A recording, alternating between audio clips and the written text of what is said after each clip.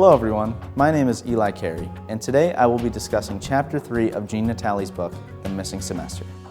This chapter is titled Understanding Debt.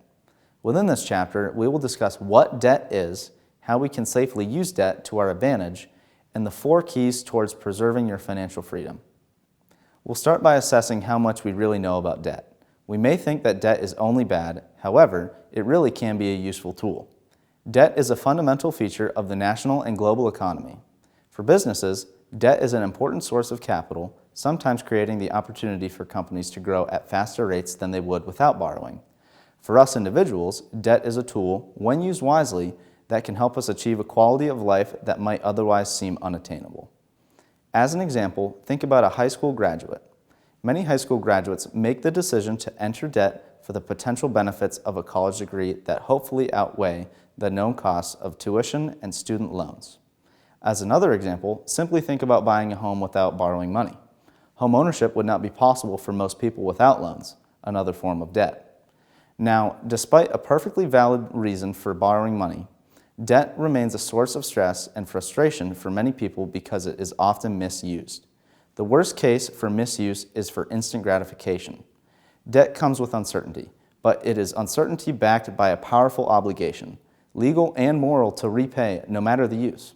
The responsibility of managing and paying off your debt is squarely on your shoulders. Because of this, it is our job to make sure that we don't let our lifestyle determine our debt. Instead, you should be letting your debt determine your lifestyle. If you are paying back student loans and credit cards, you should be cutting other unnecessary expenses. Remember to ask yourself, do I need it? And if so, why? If you keep these 2 simple questions in your mind, you will start applying it when you're contemplating buying the newest technology, a new car, furnishing your temporary apartment, and other components of a costly lifestyle. If you can make these smart decisions, you will find yourself in less debt, which will create more financial freedom within your life.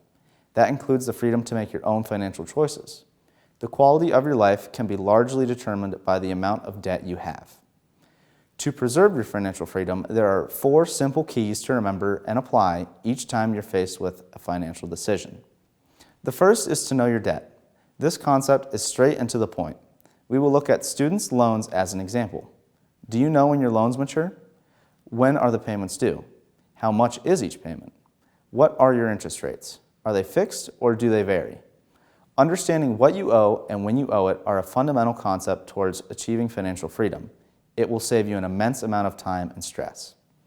Once we know our debt, the next step is to manage our debt.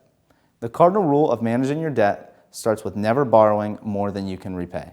By borrowing too much, you will burden yourself with minimum payments, higher interest rates, and large interest payments for years.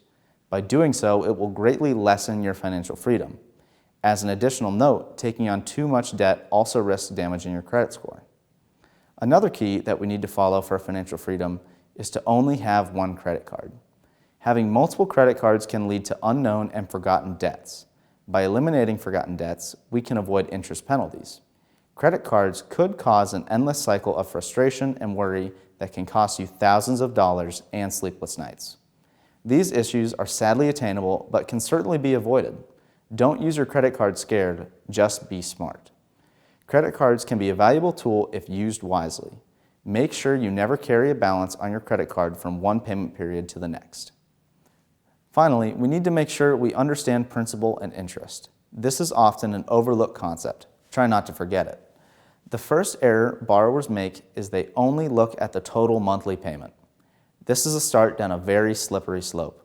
We want to pay off the principal as quick as we can to avoid paying more in interest. The principal of the loan is the amount borrowed, whereas the interest is what the lender charges a borrower for the loan. Remember, the less you pay in interest, the less you'll pay overall.